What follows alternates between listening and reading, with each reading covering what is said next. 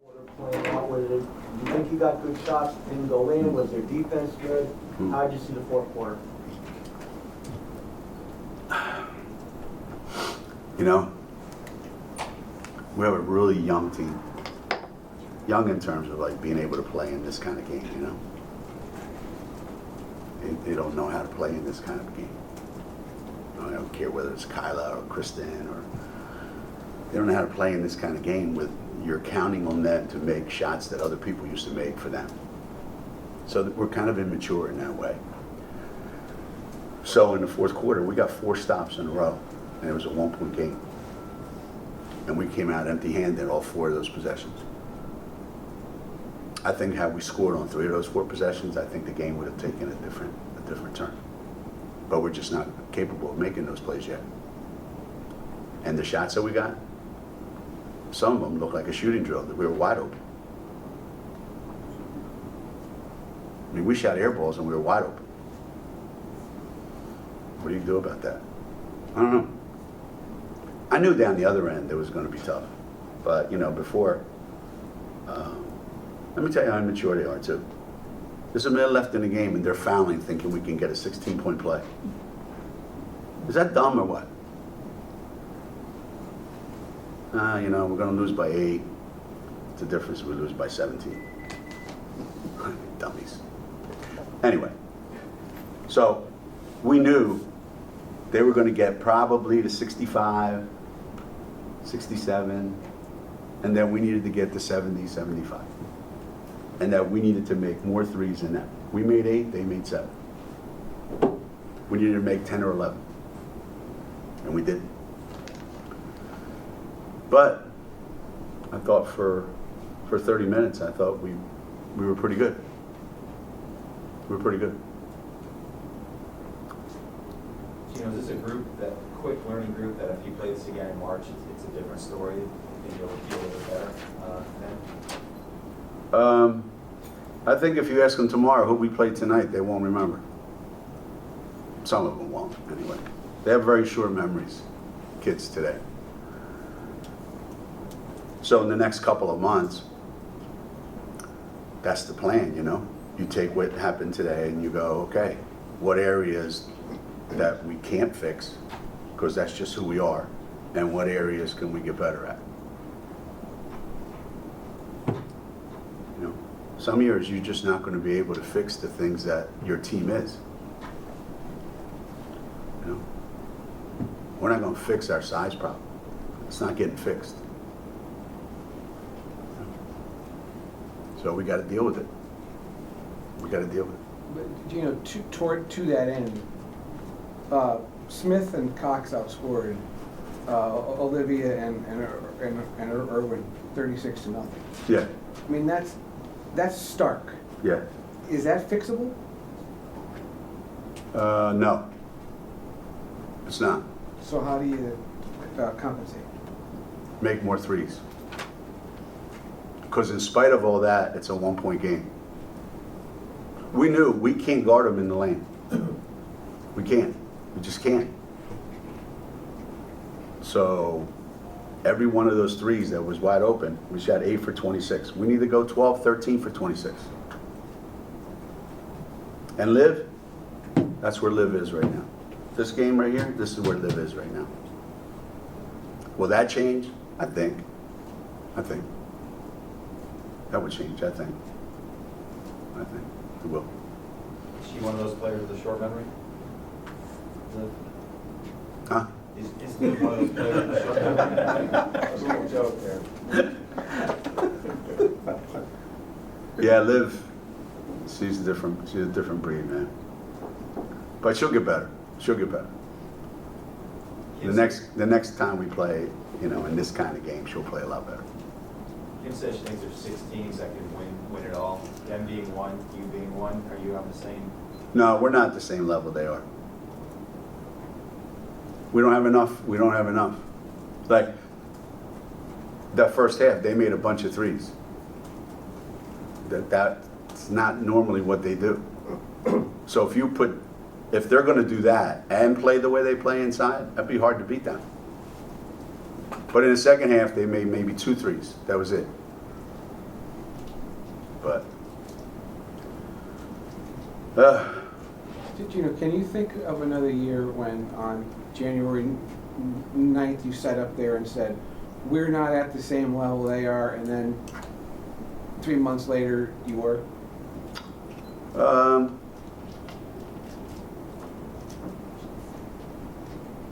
don't think so, but we've never been in this situation before.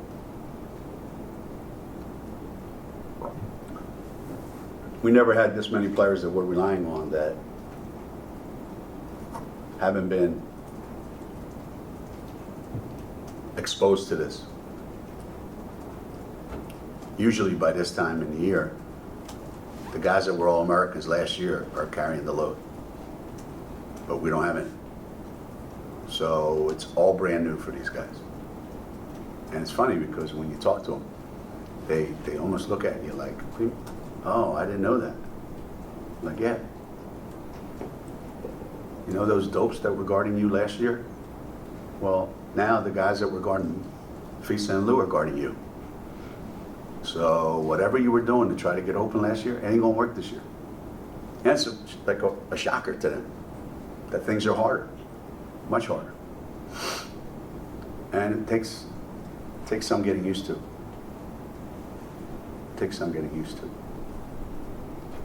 I would have been more disappointed if those first 3 quarters we didn't get the shots. Like if a lot of that 3 quarters went the way the 4th quarter went, I would tell you, you know what?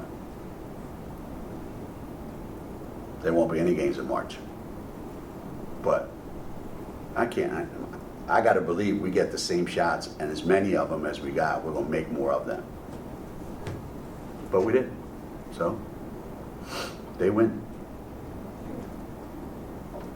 Not that complicated. Positive, Kristen played pretty well, except for threes, which she's been missing all year. Yeah. Oh, I never worry about Kristen in these games. Kristen can take the ball and pretty much go wherever she wants with it. And she's fearless. And yeah, she's not shot the ball well from the perimeter this year.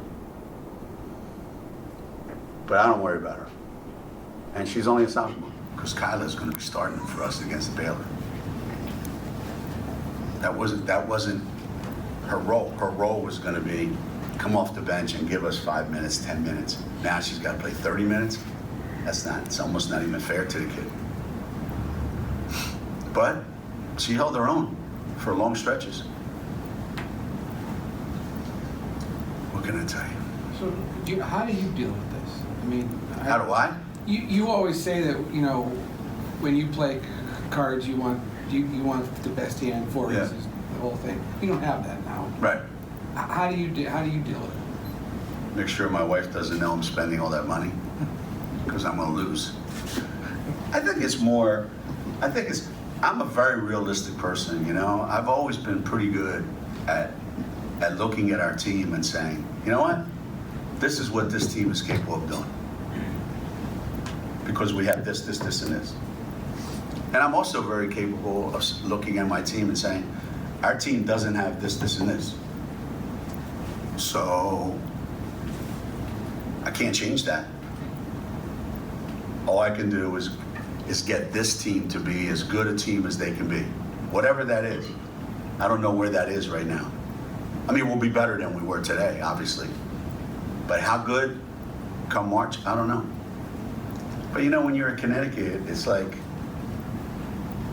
just the fact that people voted us #1. I said to somebody, I said, who are these dopes to vote?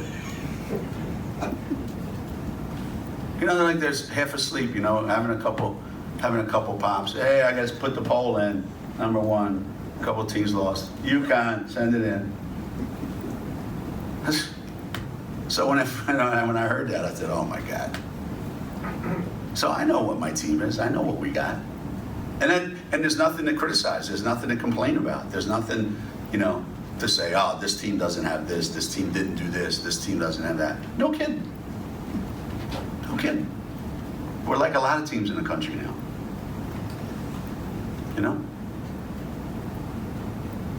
There's teams that haven't won a national championship that have been in the top 10, top 15 in the country that haven't won a national championship in any of my players' lifetime.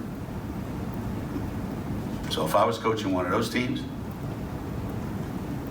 I'd be like, damn. But I'm not. So I'm good. I'm good.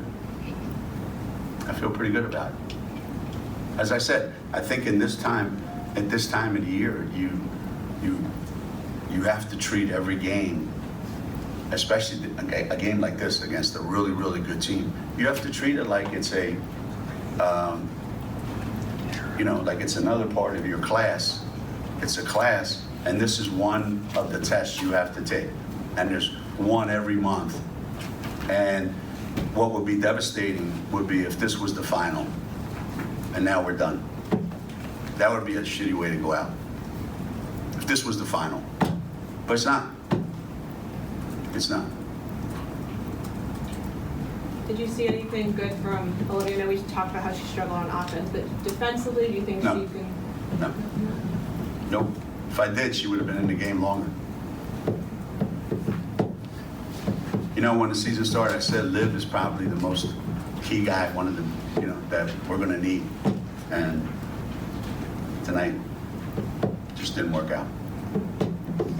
Geno, you obviously saw Anna play when she was over in Europe, and I could only go secondhand when I would ask a couple of the WNBA players she played with and against.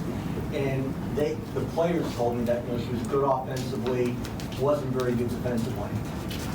And she averaged about 8-9 points in that league, and I don't know how good her league is. But she's scoring about 3 or 4. Well, that league's pretty good when you think about some of the players they're playing in.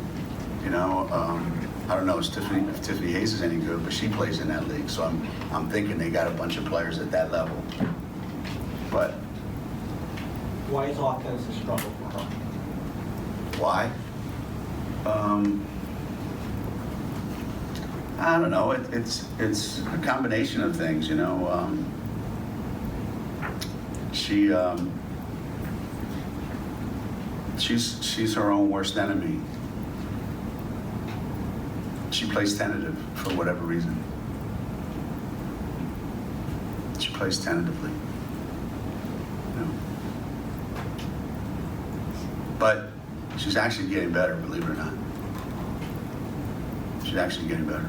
I thought the last couple of games she's been better. And she will be better the more games she plays. She will be better. Is there any way to explain all the missed layups? Is it them thinking maybe they're going to get fouled going in? The missed layups? Yeah. It's women's basketball. It's the best answer I could give you. I see more missed layups at our practices this year than I've seen in 15 years of coaching. Why is that? I don't know. I have no idea. I have no idea. No idea. But I think, you know what? I think the Megan layup on that back door, I think that was a little bit demoralizing. Because I thought that would have been a huge bam. But it wasn't meant to be.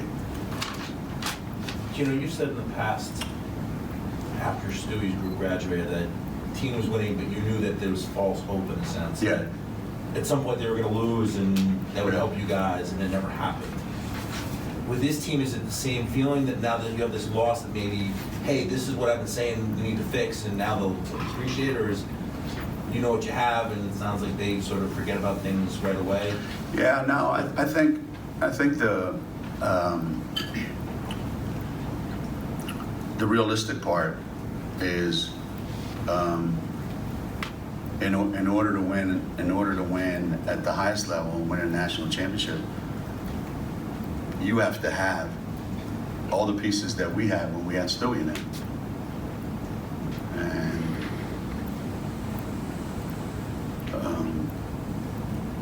when that class graduated, you knew we just don't have all that, but we can win it. So that year after Stewie graduated, I thought we were good enough to win a national championship. The following year, not so much. Not so much. Now somebody, people send me emails, you ain't so special. You only win championships when you have the best player. You have no idea the dopes I got to deal with. So who won a national championship last year? Baylor, right? They had a couple of really dominant players, right? Who won it the year before? Notre Dame? They had a couple of really dominant players, right? Who won it the year before that? Mississippi State, South Carolina. They had a pretty dominant player, right? If you don't have those guys, you ain't winning a national championship. That's all there is to it. That doesn't mean you can't get lucky, but that's the reality of it. That's the reality of it. Coach, can I ask you just your thoughts on Baylor in terms of, Kalani Brown's not there, but Melissa Smith has sort of been raised the level of her game. How are they different this year than playing them last year? I think they're able to score a lot of different ways. They're not so predictable. Last year it was hard to guard them because with Kalani Brown and Lauren Cox under there, it was really hard. But with Melissa Smith, they're just way more athletic now. So they can beat you a lot of different ways instead of just posting you up and throwing it in there. And Lauren's making more shots from the perimeter than she did last year. And as I said, if they're going to get a couple threes, 3 or 4 or 5 threes every game from a couple guys, then it makes them almost impossible to defend.